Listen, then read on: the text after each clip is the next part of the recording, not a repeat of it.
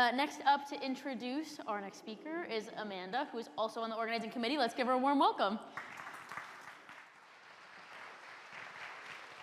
Hello everyone. My name is Amanda Ridley. I am co-owner of Event Badger. At Event Badger, we make custom, unique event badges, which you are wearing some of them today. So instead of that plastic pouch and paper insert you're used to getting at events, we instead make badges out of wood, metal, leather, acrylic, with your name etched in them. So not only do we work with events locally, like Leadership Unfiltered, but we're also working with events nationally and internationally. Today I'm up here to introduce a speaker that does not need a name badge because he is so involved in the community. You probably already know his name, but that is Will Cromarty. Will Cromarty is the CEO and founder of Kirkwall. It's a Fargo-based software company that uses machine learning to defend autonomous systems from cyberattacks and critical failures. At various times, Will has been an internationally ranked competitive pinball player, an apprentice locksmith, an undercover CIA officer, an archaeological technician, a pistol instructor, an antiques dealer, a wilderness survival instructor, an astrobiology expedition researcher, an aerospace executive, a quantum physics tutor, a certified armorer, a deep-sea fossil diver, a Muay Thai kickboxing fighter, a member of the Yak Association, a nonprofit museum director, and a competitive ultramarathon runner. Not done yet. As a child, Will aspired to be the NBA basketball player for the Chicago Bulls, but later began a career in aerospace as he realized he was not 7 feet tall. When not building aerospace companies, Will enjoys restoring vintage cars, instructing friends on how to use a backpack-mounted flamethrower, and growing the world's hottest pepper varieties in a simulated Mars soil. Welcome to the stage, Will Cromarty.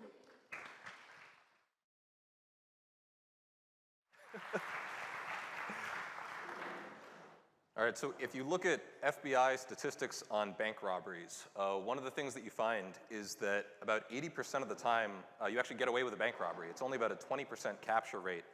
So if you were to rob a bank today, 80% odds you'd get away with it. On a totally different note, we're going to talk about unconventional fundraising methods for your business today. So when it comes to unconventional fundraising, someone mentioned Warren Buffett earlier, and as Amanda mentioned, I've played pinball competitively for a number of years. People don't realize Warren Buffett actually got his start in pinball. He was a teenager at the time. He bought his first pinball machine. He decided to put it on location in a bar, made a lot of money from all the quarters everyone put in, and said, I'm going to buy another pinball machine. And he kept doing that until he had a couple dozen pinball machines on location. But long before Berkshire Hathaway, that was actually how he got his start, was the pinball sector. So just fun pinball trivia for you all today. So what I do want to start with is actually conventional fundraising. So this is something that we started off with thinking we were going to do. So we went through an investment accelerator. It puts you in front of a couple dozen venture capital firms, angel investors. You get the perfect pitch deck, you get the perfect executive summary, getting you all on track to raise venture capital. And then we had a really interesting phone call with one investor who was potentially interested. And me and my co-founder got off the call and we called each other and we said, there's no way in hell we're ever going to take his money. We don't want to work with that guy. Absolutely never. We'll go out of business before we take his money.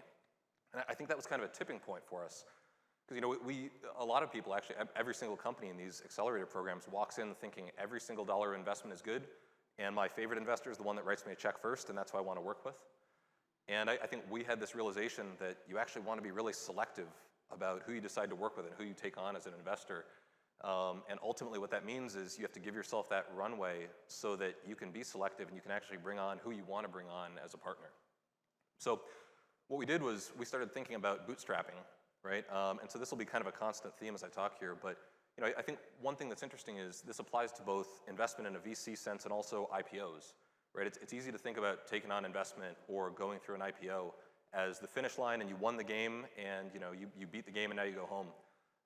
But in reality, it's actually kind of a new start line. One of my early companies that I was at was an aerospace company. We went through an IPO, we're listed on the New York Stock Exchange, hit $2 billion valuation, and everyone was happy and everyone was pumped for this IPO. Everyone was talking about what house they were going to buy or what sports car they wanted after the IPO. And then we went through 1 or 2 bumpy quarters, and all of a sudden, you realize that after an IPO, you're accountable to different people, and you're accountable on a quarterly basis. That might not be how the company ran before. And the stock price plummeted 95%. Everyone's stock was almost worthless. And my team of 30 became a team of 3 very soon after that. Almost everyone I know at that company had since left. And so really what that means is, you think about anything from VC to going through that IPO, you have to be really careful about who you're accountable to. I think at some level, this is something that we all intrinsically understand. For your business, why didn't you borrow money from the mafia, right? If you've seen Goodfellas or you've seen, any kind of mafia movie, you understand that's not necessarily a good decision because you're accountable to them, right? And so I think it all comes back to that accountability element. And so really when you look at investment, it's almost thinking about it like a marriage, right? You would never walk into the concept of marriage saying, I don't care who I marry, whoever the first person is that shows up, that's who I'm marrying, right? And so the same thing is true for taking on investment. Because ultimately, I think for a lot of us as entrepreneurs, right, we'll joke that entrepreneurs are the only ones that work 80 hours a week to avoid working 40 hours a week. But, it's true, right? For a lot of us, we do it because we want to be independent. You want to be your own boss. You didn't like working for someone else. Maybe you're bad at working for someone else, right? I've met a lot of founders that said I was a terrible employee, but that's why I founded a company and it's going great. So ultimately, what we found was we needed to bootstrap. We needed to extend our runway so that we could be more selective with who we would take on as an investor.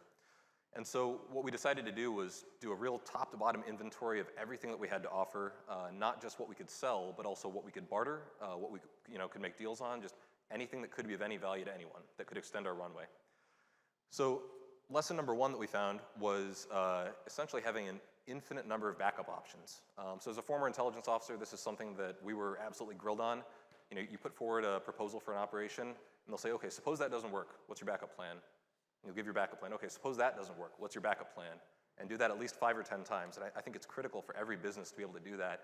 If you say, what happens if I'm no longer allowed to do business the way that I am today, either due to a competitor, a tech failure, maybe legislation, could be any one of those, right? What does a pivot look like?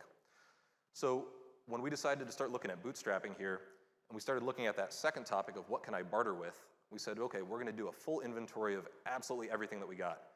So we just moved into a new office in the NDSU incubator. There was a giant chemical fume hood in the corner that we had no plans to use, but it was a former laboratory space, and we thought that was kind of cool, so we moved in. And what we started doing was we started calling up anyone we knew that had a chemical manufacturing or engineering background that might need a fume hood. We said, hey, for $100, you can use a $20,000 fume hood if you want to. And so the next thing that we did was a friend of ours we knew wanted to start up his engineering firm. He was looking for space. He didn't know if he could justify a full office space. So we called him up and we said, hey, I got an extra desk sitting in my garage. We'll throw it in the office and make it yours if you give us some engineering support. And so that's how we ended up with in-house engineering support for essentially no cost because we had a little bit of extra square footage and we had a good friend who was looking for some space. So let's see. Actually, I'll give you one good example that's about to happen this month. So a couple of our guys had a great background in software development, and they said, we want to get involved with this company. It's just, we're kind of worried about paying rent. The cost of rent is going up. I had a couple spare bedrooms in my house. So over the next month, my house is about to become kind of the Silicon Valley startup house where it's going to be packed full of guys doing software development powered by a kegerator. So that's going to be my next month here. So what's interesting, too, is if you look at a lot of the companies that have had to pivot, right? Matt talked about that with Be More Colorful. We don't realize how many pivots actually happened where they took inventory of what they had and what they were good at and what they were bad at and did something totally different. So YouTube is one of the first ones. A lot of people don't know they actually started off as a dating app, a dating website, where you could show videos of yourself to the person that you were, trying to get a date with. And now they went in a completely different direction. Play-Doh was originally supposed to be for cleaning wallpaper, but they turned out, it's fun to make little dinosaurs out of it, and it became a totally different product line, and it's no longer used for wallpaper. Viagra was supposed to be a heart medication, but had other side effects. Post-it notes, actually, this is an interesting one. Post-it notes, the glue they were working on was supposed to be a competitor to super glue. They were supposed to try and create the new super glue. And they said, this glue is crap. It doesn't stick to anything. You can pull it right off the wall, but it doesn't damage the wallpaper. And all of a sudden, that became a new product line because it was actually a failure. So I think taking inventory of what your product is after a failure might actually open up an entirely new product line. If you put artificial sweetener in your coffee today, that was actually because a lab technician went home and ate a sandwich without washing his hands and wondered why his sandwich was so sweet and thought it was really weird. And it turns out it was the chemicals he was working with that day. So at that aerospace company that I was working at previously, we had something similar happen, right? You would assume that maybe this is just consumer goods being repurposed, but for aerospace, what we found was every single time one of our weather satellites flew over an active war zone, it would stop collecting weather data and get all screwed up. And our engineers were coming to us and they're like, this is really weird. Like every time it goes over Libya, Iraq, Afghanistan, like the signals just go nuts. And it took a month or two to figure it out, and we discovered it was actually Russian GPS jamming systems. So we called up the Pentagon and said, hey, do you want this information? And they said, hell yeah, we do. And all of a sudden, that was a new line of business supporting the US military detecting Russian jamming systems, just because our weather satellites got screwed up, but we took the time to figure out why they were screwed up. So just one other note here, kind of on that topic of taking inventory of what you've got. So, we've had a good year. Things have been going well. We're gearing up for a major software launch coming up in a couple months here, actually, with Anthony over there.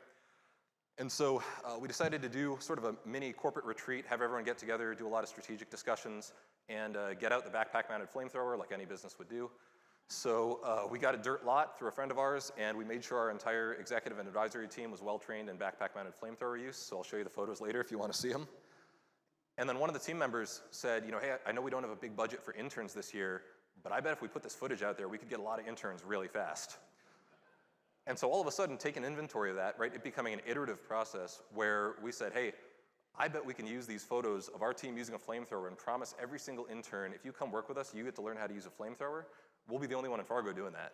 So don't steal that idea, by the way.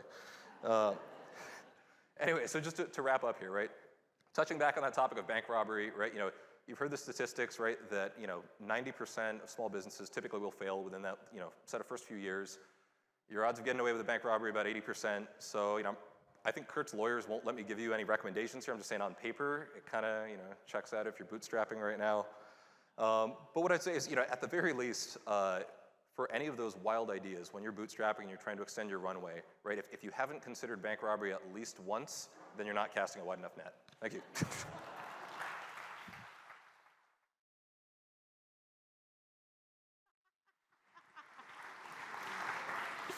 I forgot my flamethrower at home.